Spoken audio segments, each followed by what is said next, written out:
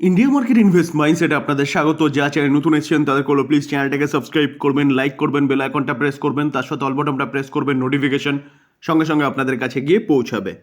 এই ভিডিওতে আমরা একটা ব্রেকিং নিউজ নিয়ে আলোচনা করতে চলেছি, আজকের দিনের ফাটাফাটি ব্রেকিং নিউজ, যেখানে আমাদের ইন্ডিয়ান মার্কেটের জন্য কিন্তু এটা খুব ভালো নিউজ। আর এই উইকে একের পর এক ভালো নিউজই এসছে আমাদের মার্কেটের জন্য, যেখানে মন্ডেতে কিন্তু মার্কেট ধামাকা করতে পারে। দেখুন, আমি একদম বলছি না যে করবে, যে করতে পারে এই নিউজের বেস করে। তো চলুন দেখে নিই নিউজটা কি। যেখানে আমরা সবাই জানি যে 5ই ফেব্রুয়ারি দিল্লিতে ইলেকশন হয়েছে, general election to assembly constitution. তো দেখলে দেখা যাবে যে ইলেকশনের রেজাল্ট আজকে 8 তারিখে ডিক্লেয়ার হওয়ার কথা ছিল, এবং কালকে কিন্তু আমি আপনাদের জানিয়েছিলাম যে আজকের দিনে ডিক্লেয়ার হবে।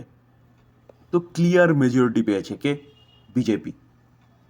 তো স্যার, এটা কিন্তু একটা ব্যাপক বড় ব্রেকিং নিউজ, যেখানে যেখানে সেন্ট্রাল গভর্নমেন্ট রয়েছে বিজেপি, সেখানে বিজেপি এবং তার বলতে পারেন সহযোগী দল মিলিয়ে 47টা সিট পেয়েছে, অর্থাৎ তারা কিন্তু দিল্লিতে সরকার গঠন করতে চলেছে। যেখানে আম আদমি পার্টি এতদিন সরকারে ছিল, তারা অনলি ফর 23টা সিট পেয়েছে। ম্যাক্সিমাম এক্সিট পোল এটাই বলছিল যে বিজেপি ক্লিয়ার মেজরিটিতে জিততে পারে এবং সরকার গঠন করবে। তো সেটাই কিন্তু হতে দেখা যাচ্ছে। কারণ হতে দেখা যাচ্ছে এর জন্যই বললাম যে এখনও পুরোপুরি সবকটার রেজাল্ট আউট হয়নি, ম্যাক্সিমাম রেজাল্ট আউট হয়ে গেছে, যেখানে বিজেপি লিড করছে এবং 47টা পেতে পারে। তো সেই জায়গায় দাঁড়িয়ে যে মেজরিটি দরকার সেটার থেকে অনেক বেশি কিন্তু শো করছে বিজেপির। তো এই জন্যে কিন্তু মন্ডেতে আমাদের মার্কেট সেলিব্রেট করতে পারে। কারণ কারণ আগেরবার লোকসভায় অর্থাৎ 2019-এর লোকসভায় কিন্তু বিজেপি সেখানে ভালো ফল করেছিল, কিন্তু তারপরেই যে বিধানসভা হয়েছিল সেই বিধানসভায় কিন্তু লোকসভায় যা ফল করেছিল সেরকম হয়নি। তো সেই জায়গায় দাঁড়িয়ে স্যার এবার একটা ব্যাপক রেজাল্ট করেছে দিল্লিতে। তো সেই জায়গায় দাঁড়িয়ে এই নিফটি কিন্তু মন্ডেতে ধামাকা করতে পারে। শুধু তার জন্যে নয়, কারণ আমরা দেখেছিলাম রিসেন্টলি কী হয়েছে, 2025-এর বাজেট পেশ করেছে ফার্স্ট ফেবে। তো বাজেট নিয়ে বিস্তারিত আলোচনা করেছে, সেখানে কিন্তু মার্কেটের লিকুইডিটিকে বুস্ট করার জন্যে বা মানুষের হাতে বেশি টাকা থাকার জন্য ট্যাক্সেশনের একটা ব্যাপক হেরফের এই গভর্নমেন্ট করেছে বা আমাদের ফাইন্যান্স মিনিস্ট্রি করেছে, যেখানে 12 লাখ পর্যন্ত ট্যাক্সের ছাড় দেওয়া হয়েছে। অর্থাৎ আপনি যদি 12 লাখ পর্যন্ত ইনকাম করেন, আপনাকে কোনো ট্যাক্স দিতে হবে না। তার সাথে যদি স্যালারিড পার্সন হন, তাহলে 12 লাখ প্লাস আরও 75,000 পর্যন্ত কিন্তু আপনার ছাড় থাকতে পারে। তো সেই জায়গায় দাঁড়িয়ে মার্কেটে লিকুইডিটি বাড়বে। 27শে জানুয়ারি আমরা দেখেছিলাম যে আরবিআই 1.5 ট্রিলিয়ন একটা লিকুইডিটি বুস্ট করার কথা বলেছিল মার্কেটে, যেখানে গভর্নমেন্ট বা আরবিআই সেন্ট্রাল ব্যাংক কী অ্যানাউন্সমেন্ট করেছিল, তারা কিন্তু open market operation two purchase government securities কত 60,000 কারোরের। সেখানে ব্যাংকের হাতে কিন্তু অনেকটা লিকুইডিটি আসবে। ব্যাংকের হাতে লিকুইডিটি আসা মানে সেটা কিন্তু আলটিমেটলি মার্কেটেই আসবে, যেখানে তারা টাইম পিরিয়ডও জানিয়েছিল যে কী যে 30শে জানুয়ারি 20,000 টাকা পারচেস করবে, 13ই ফেব্রুয়ারি 20,000 কারোরের পারচেস করবে, এবং 20 জানুয়ারি আবার 20,000 কারোরের পারচেস করবে। তো ফার্স্ট পারচেস কিন্তু তারা করেছে, মার্কেটে 20,000 কারোরের লিকুইডিটি দিয়েছে, এবং 13ই ফেব্রুয়ারি আবার আসতে চলেছে এবং 20 ফেব্রুয়ারি আসতে চলেছে, যেটা মার্কেটকে কিন্তু বুস্ট করবে। এটাও কিন্তু মার্কেটের জন্য একটা ভালো নিউজ ছিল, যার জন্য আমাদের মার্কেট কিন্তু তখন থেকেই বাউন্স ব্যাক করেছিল এবং 22,000 সম্ভবত 700 এরকম চলে এসেছিলো। সেখান থেকে আস্তে আস্তে 23,000-এর গণ্ডি পার করে এখন 23,500 গণ্ডিও পার করে দিয়েছে। আর স্যার, গতকাল দেখলাম যে আরবিআই এমপিসির আউটকাম, যেখানে কিন্তু আরবিআই 5 বছর পর 25 বেসিস পয়েন্ট কী করেছে, রেট কাট করেছে। যেটা আগে 6.50 ছিল, সেখান থেকে রেট কাট করার পরে কত এসছে, 6.25। তো এখানেও কিন্তু 0.25% রেপো রেট কমিয়েছে। তো রেপো রেট কমলে অবভিয়াসলি লোন সস্তা হবে, আর লোন সস্তা হওয়া মানে মার্কেটে লিকুইডিটি বাড়া, যেটার ইম্প্যাক্ট কিন্তু আমরা আস্তে আস্তে মার্কেটে দেখতে পারবো।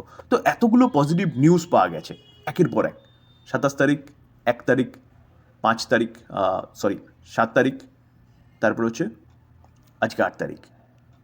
তো এই জায়গায় দাঁড়িয়ে আমরা এক্সপেক্ট করতেই পারি যে মন্ডেতে মার্কেট কিন্তু ধামাকা করতে পারে। কালকে রেট কাট করেছে, কালকে মার্কেট খুব একটা ভালো করেনি, কারণ নেগেটিভ ক্লোজ দিয়েছে। ক্লোজ দেওয়ার পিছনে কারণ আরবিআইয়ের অনলি ফর রিজার্ভ ব্যাংকের যে গভর্নর, তার একটা বক্তব্য। কি বক্তব্য?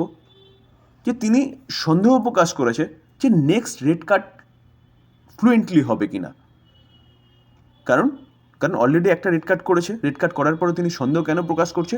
কারণ মার্কেটে কিন্তু বা ওয়ার্ল্ড মার্কেটে বলতে পারেন একটা আনসার্টেনিটি ক্রিয়েট হয়ে রয়েছে। কিসের জন্য? ডোনাল্ড ট্রাম্পের জন্য।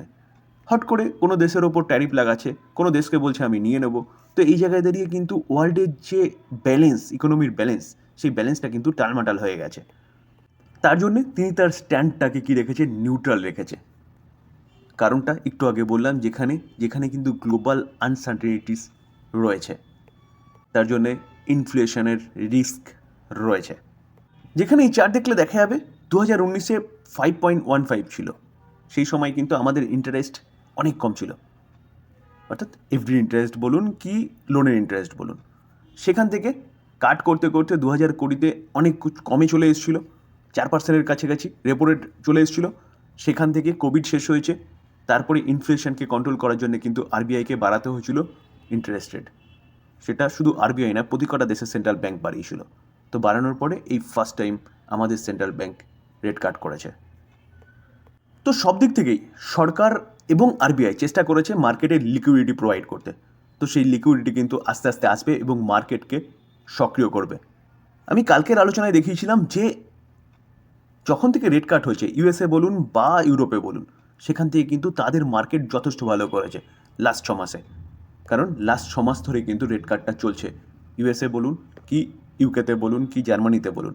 আমাদের মার্কেটকে দেখলে দেখা যাবে, দেখুন লাস্ট 6 মাসে 2.5%-এর কাছাকাছি ডাউনে রয়েছে এবং হাই থেকে দেখলে অনেকটাই কিন্তু এখনও ডাউনে রয়েছে, প্রায় 10% মতন ডাউনে রয়েছে নিফটি। তো এই জায়গায় দাঁড়িয়ে এর ইম্প্যাক্ট কিন্তু আমরা দেখতে পারবো। আশা করি মন্ডেতে মার্কেট ব্যাপক সেলিব্রেট করবে আজকের জয়টাকে। আর একের পর এক যে ভালো নিউজ আসছে, এখান থেকে কিন্তু নিফটির নিচে যাওয়ার মতন আর জায়গা নেই, যা যাওয়ার তা চলে গেছে হেভি রিসেন্ট। দেখুন 22,829, 700-তেও চলে এসেছিলো। তো সেখান থেকে কিন্তু এখন 23,559-এ চলছে। তো এই ছিল আলোচনা।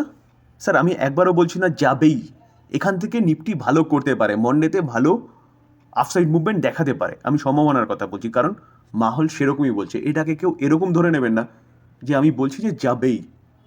কারণ মার্কেটের কথা কেউ বলতে পারে না। আজকে যদি হট করে ট্রাম্প কি করে, হামাসের ওপর যে বলছে যে দখল করবে, সেখানে যদি আক্রমণ শুরু করে, তাহলে মার্কেট এখান থেকে পড়বে, যতই ভালো নিউজ থাকুক না কেন। তো সেই জায়গায় দাঁড়িয়ে আমি সম্ভাবনার কথা বললাম, কারণ আমাদের দেশের যা মাহল এখন বলছে সেটা কিন্তু পজিটিভ।